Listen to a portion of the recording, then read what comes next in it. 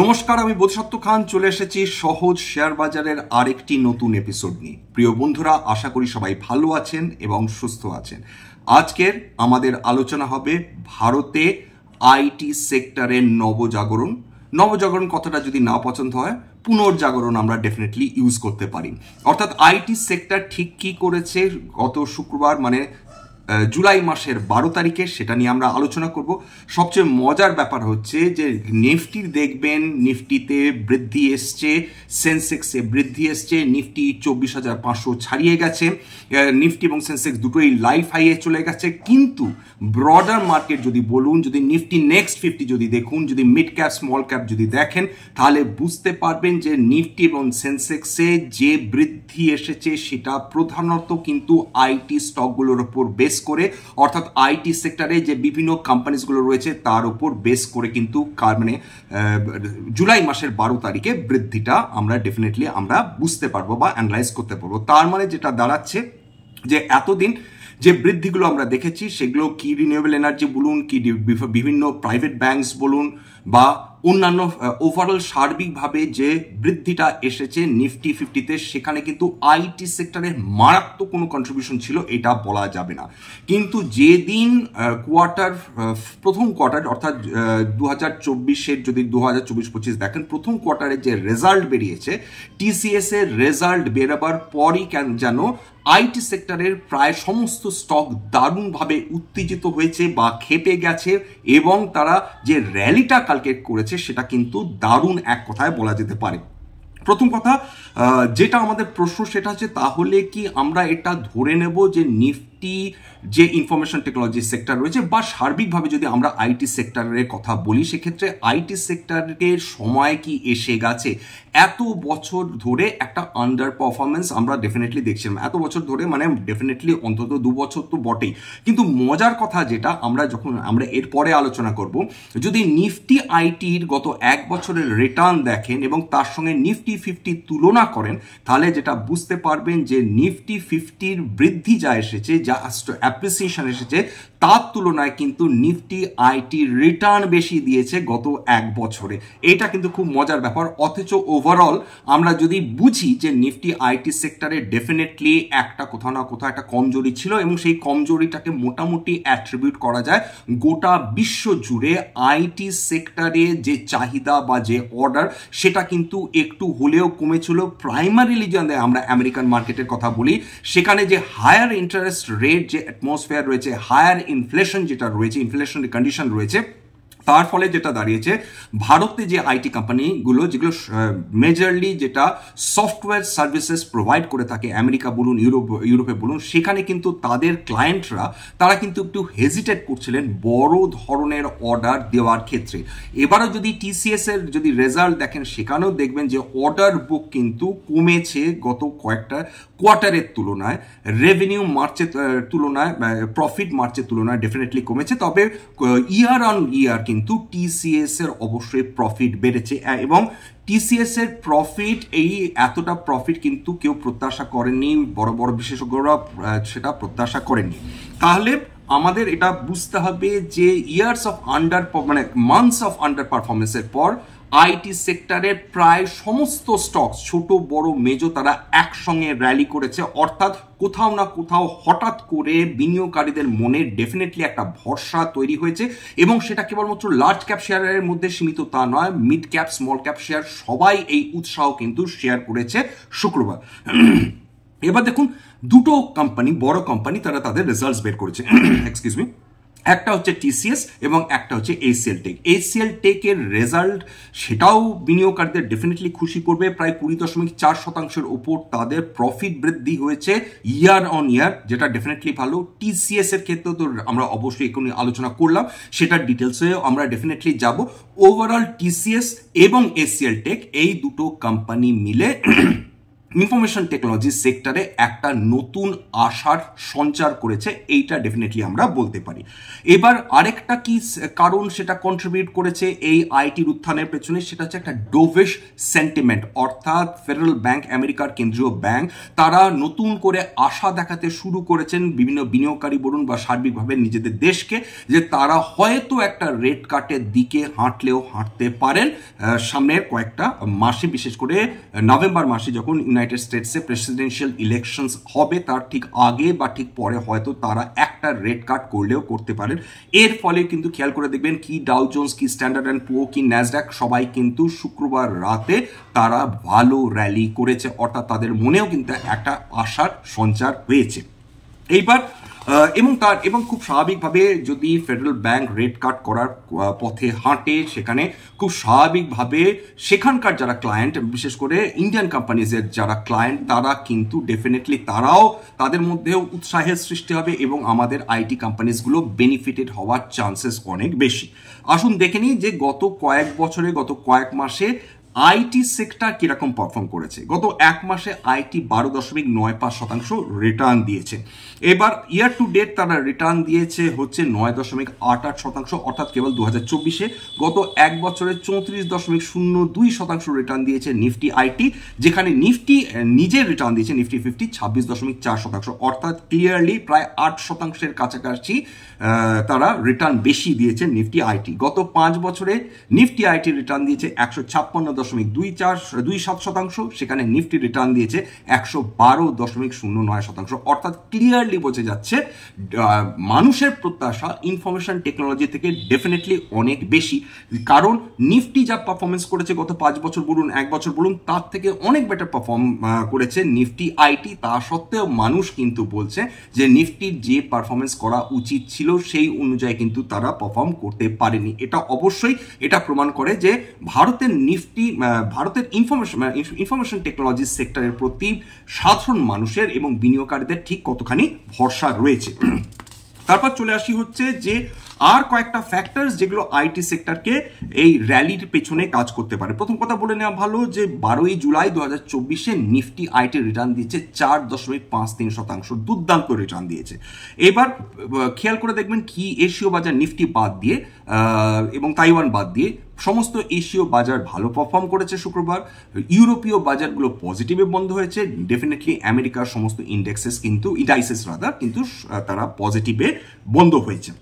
এছাড়া টিসিএস যেটা অবশ্যই একটা ফ্যাক্টর কাজ করেছে, টিসিএস কিন্তু ইন আ ওয়ে আগে ডেফিনেটলি তারা গাইড করতো, তারা রেভিনিউ গাইডেন্স দিত, এখন কিন্তু তারা বলছে না আমাদের আমরা যেটা মনে করছি সেটা ফিসক্যাল ইয়ার 2023-24-এর তুলনায় ফিসক্যাল ইয়ার 24-25 বেটার হবে, এইটুকুনি বলতে পারি, কিন্তু আমরা কোনো গাইডেন্স সেই অর্থে দেব না। এটা তাদের বক্তব্য। সুতরাং যেহেতু টিসিএস একটা ভালো অ্যাটমসফিয়ার বিল্ড আপের কথা বলছে, খুব স্বাভাবিকভাবে বড় বড় যে যারা ক্রেডিট রেটিং এজেন্সিস বলুন বা ব্রোকিং হাউসেস বলুন বা অ্যাসেট ম্যানেজমেন্ট কোম্পানিজগুলো বলুন, তারা কিন্তু টিসিএসকে নিয়ে আশা প্রকাশ করেছেন। এবার খেয়াল করে দেখুন যে ইউএস ইনফ্লেশন ডেটা মানে US consumer price index inflation data যেটা বেরিয়েছে, সেটা খুব স্বাভাবিকভাবে অতখানি তারা মূল্যবৃদ্ধি দেখাচ্ছে না। ইনফ্লেশন ডেটা বোঝাচ্ছে যে সেগুলো মডারেটেড হয়ে আসছে, অর্থাৎ ধীরে ধীরে ইনফ্লেশনের যে কুপ্রভাব সেটা কমতে শুরু করেছে আমেরিকান মার্কেটে। এর ফলে যেটা হচ্ছে যে ফেডারেল ব্যাংক খুব স্বাভাবিকভাবে অ্যাগ্রেসিভ রেট কাট যদি নাও তারা করে, তারা ডেফিনেটলি রেট ইনক্রিজ করার সম্ভাবনা কম হয়েছে। এটাও কিন্তু আমেরিকান বাজারকে আশ্বস্ত করেছে। ইন আ ওয়ে ইনডিরেক্টলি আমাদের কিন্তু আইটি কোম্পানিজগুলোকেও একটা স্বস্তি দিয়েছে বা স্বস্তির নিঃশ্বাস তারা ডেফিনেটলি ফেলতে পারছেন। এইবার দেখে নিই যে শুক্রবার আমি অবশ্যই বলেছি যে একটা ব্রড বেসড র্যালি হয়েছে ইনফরমেশন টেকনোলজি সেক্টরে। অসংখ্য শেয়ার্স রয়েছে যেখানে 2 থেকে প্রায় 11% অবধি বৃদ্ধি এসছে বিভিন্ন স্টকসগুলোতে, আইটি স্টকসগুলোতে। সবগুলোকে ডেফিনেটলি সেগুলো বলা সম্ভব না, তবে ডেফিনেটলি কয়েকটা উল্লেখযোগ্য স্টকস যেখানে শেয়ার প্রাইস অ্যাপ্রিসিয়েশন হয়েছে সেটা আমরা ডেফিনেটলি আলোচনা করতে পারি। অ্যাক্সেলার সলিউশনস লিমিটেড, সেটার শেয়ারের দাম বেড়েছে 9.27%। KPIT technologies 8.78%, Coforge limited 7.29%, Zensar technologies 7.19%, Kellton technologies 7.19%, TCS 6.63%, Infosys যদি এখন রেজাল্ট বেরোয়নি 3.57% বৃদ্ধি পেয়েছে, Birla soft 5.22%, Mphasis 5.09%, Wipro 4.88%, HCL tech 3.19%, Cyient 3.64%। সায়েন্টকে নিয়ে ডেফিনেটলি আমি কিছু বলবো, সেটা প্লিজ দয়া করে শুনবেন। তারপর persistent systems 4.12%, Oracle financial services software limited 3.99%, new gen software 5.29% ইত্যাদি। এই সমস্ত যে আমি তথ্য নিয়েছি সেটা গুগল ফিনান্স থেকে আমি নিয়েছি। এবার চলে আসি হচ্ছে অবশ্যই TCS এর রেজাল্ট কিভাবে বিনিয়োগকারীদের খুশি করেছে। এখানে আমি সরাসরি কোট করব মানি কন্ট্রোল থেকে এবং ইকোনমিক টাইমস থেকে। মানি কন্ট্রোল কি বলছে, তারা বলছে the street celebrated TCS Q1 fiscal year 25 results which surpassed analysts predictions, অর্থাৎ অ্যানালিস্টরা যা প্রজেক্ট করেছিলেন, যা প্রেডিক্ট করেছিলেন তার থেকে বেটার রেজাল্ট করেছে মানি কন্ট্রোলের অনুযায়ী। Riding on this wave of this performance, Jefferies, Nomura and Nuvama revise the rating and target prices upward, অর্থাৎ এরা নিজেদের প্রাইস টার্গেট রিভাইজ করেছে, মানে তাদের মনে হচ্ছে এরা আরও TCS এর শেয়ার আরও উঠতে পারে, এইভাবে তারা নতুন টার্গেট সেট করেছে। এই তিনটে যে কোম্পানির নাম বলেছে মানি কন্ট্রোল, এবং সেখানে বলছে যে this is signalling renewed confidence in the tech giants prospect, অর্থাৎ TCS ভালো করতে পারেও ভবিষ্যতে, এইটার কথা কিন্তু এই তিনটে কোম্পানি তারা বলছে, জেফারিস, নোমুরা এবং নোভামা। এছাড়া এটা কোট করছি ইকোনমিক টাইমস থেকে। ইকোনমিক টাইমস কি বলেছে যে IT bellwether Tata Consultancy Services TCS on Thursday reported a 9% year-on-year growth in its June quarter net profit at 12,040 কোটি টাকা, অর্থাৎ 12,040 কোটি টাকা জুন কোয়ার্টারে তারা প্রফিট করেছে, যেটা গত বছরের সমগোত্রীয় কোয়ার্টার অর্থাৎ জুন কোয়ার্টার 2023-এ তাদের প্রফিট ছিল 11,120 কোটি টাকা, অর্থাৎ প্রায় মোটামুটি বলা যেতে পারে 9% বৃদ্ধি করেছে, যেটা কিন্তু বিনিয়োগকারীদের প্রত্যাশা ছাপিয়ে তারা প্রফিট করেছে। এর ফলে খুব স্বাভাবিকভাবে টাটা TCS শেয়ারটিতে কিন্তু আমরা দেখেছি স্টক প্রাইস কিন্তু অ্যাপ্রিসিয়েশন হয়েছে। এবার চলে আসি হচ্ছে HCL টেক, এটা একটা নিফটির কোম্পানি, এটাও কিন্তু বেশ ভালো, তারা প্রফিটেবিলিটি দেখিয়েছে। তারা Q1 fiscal year 24-25 তারা নেট প্রফিটও ইমপ্রুভ করেছে, রেভিনিউ ইমপ্রুভ করেছে, এটা কিন্তু কম্পারেবল ইয়ার অন ইয়ার অর্থাৎ 2023-এর জুন কোয়ার্টারের তুলনায় কিরকম করেছে। ফিনান্সিয়ালসটা দেখে নিই, ফিনান্সিয়ালসের নেট প্রফিট 20.45% ইয়ার অন ইয়ার কিন্তু তারা বৃদ্ধি করেছে, 4,257 কোটি টাকা বর্তমানে সেটা তারা প্রফিট দেখিয়েছে, যেটা অ্যানালিস্ট এক্সপেকটেশনকে বিট করেছে। রেভিনিউ বৃদ্ধি পেয়েছে 6.69%, সেটা দাঁড়িয়েছে 28,057 কোটি টাকা, এবং এবিট যেটা অর্থাৎ আর্নিংস বিফোর ইন্টারেস্ট ট্যাক্স, সেটাও কিন্তু স্টেডি রয়েছে অ্যাট অ্যারাউন্ড 17%, অর্থাৎ এটাও খুব গুরুত্বপূর্ণ। তবে চ্যালেঞ্জেস কি এই ধরনের কোম্পানিজ, বিশেষ করে HCL টেকের মতন IT কোম্পানিজগুলোর ক্ষেত্রে? এক, ভিসা কস্ট দিনের পর দিন বৃদ্ধি পাচ্ছে, যেটা কিন্তু মার্জিনকে এফেক্ট করতে পারে সামনের কয়েকটা কোয়ার্টারে। 2 নম্বর, গ্লোবাল ইকোনমিক যদি স্লো ডাউন সেটা এক্সিলারেট করে, কোনো কারণে বৃদ্ধি পায়, সেক্ষেত্রে কিন্তু তাদের যারা ক্লায়েন্ট রয়েছেন তারা ইচ্ছা করলে কিন্তু খরচ কমাবার জন্য অর্ডার তারা কম দিতে পারেন, সেটাও কিন্তু মার্জিন এফেক্ট করতে পারে এবং IT স্পেন্ডিংয়ে খরচ কমিয়ে আনতে পারে।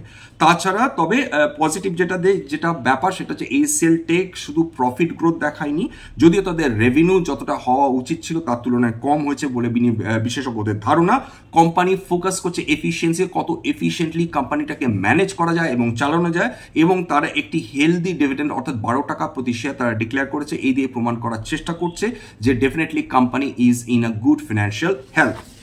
এইবার চলে আসি আরেকটা কোম্পানি যেটা আমার মনে হয় আলোচনা করার প্রয়োজন রয়েছে, সেটা হচ্ছে সায়েন্ট। অনেকে এবার আরেকটা কথা বলে রাখি যে IT কোম্পানিগুলোর ক্ষেত্রে তারা কিন্তু বিভিন্ন সেক্টরের সঙ্গে তাদের রিলেশন রয়েছে। একটা কোম্পানি যেমন IT কোম্পানি, তাদের ইকুয়াল কন্ট্রিবিউশন যেরকম সফটওয়্যার AI এর রয়েছে, ক্লাউড কম্পিউটিং এর রয়েছে, ইন্টারনেট অফ থিংস এর রয়েছে, ঠিক একইভাবে তারা কিন্তু সেমিকন্ডাক্টর বিজনেসের সঙ্গে তারা যুক্ত। তারা IT হার্ডওয়্যার, বিশেষ করে GPU যেখানে প্রোডাকশন হয় সেখানে তাদের সঙ্গে তারা যুক্ত রয়েছে, কারণ একটা AI সফটওয়্যারকে চালাবার জন্য ইকুয়ালি স্টেডি এবং এফিশিয়েন্ট একটা কিন্তু GPU তাদের গ্রাফিক প্রসেসিং ইউনিটের প্রয়োজন হয়। সুতরাং এই সমস্ত কোম্পানি, এই ধরনের সেক্টরসগুলো IT, আর্টিফিশিয়াল ইন্টেলিজেন্স বলুন, সেমিকন্ডাক্টর বিজনেস বলুন, এবং জিপিইউ অর্থাৎ হার্ডওয়্যার কম্পিউটার হার্ডওয়্যার প্রোডাকশন বলুন, এরা কিন্তু যত দিন বাড়ছে যত দিন যাচ্ছে তত দ্রুতভাবে কিন্তু এরা নিজেদের ইন্টিগ্রেট করছে, এদের ব্যবসাগুলো একে অপরের উপর ডিপেন্ডেন্ট হচ্ছে এবং একে অপরকে তারা কিন্তু যেটাকে বলে শুধু কোলাবোরেশন করছে না, তারা কিন্তু পরস্পরকে তারা এনকারেজও করে চলছে। অর্থাৎ কেবল যখন আইটি সফটওয়্যারের কথা মানে আইটি কোম্পানির কথা বলবো, আমাদের কিন্তু সঙ্গে সঙ্গে সেমিকন্ডাক্টর বিজনেসের কথা মাথায় রাখতে হবে, আর্টিফিশিয়াল ইন্টেলিজেন্স ডেভেলপমেন্টের কথা মাথায় রাখতে হবে ডেফিনেটলি, এবং কম্পিউটার হার্ডওয়্যারের কথাও মনে রাখতে হবে। এরা আপাতত কিন্তু এরা কিন্তু আমাদের ভবিষ্যৎ। এবার সায়েন্ট নিয়ে আলোচনা করি। বহু মানুষ জানেন যে সায়েন্ট ইনফরমেশন টেকনোলজি সেক্টরে রয়েছে, কিন্তু বহু মানুষের হয়তো এখনো তারা জানেন না যে সায়েন্ট কিন্তু গত 20 বছর ধরে তারা সেমিকন্ডাক্টর বিজনেসের সঙ্গেও যুক্ত এবং তাদের 20 বছরের উপর অভিজ্ঞতা রয়েছে। তারা চিপ ডিজাইন করে, চিপ ডেভেলপ করে এবং তারা কিন্তু সাপোর্ট ম্যানুফ্যাকচারিং এর ক্ষেত্রেও তারা কিন্তু ডেফিনেটলি অন্যদের থেকে আলাদা।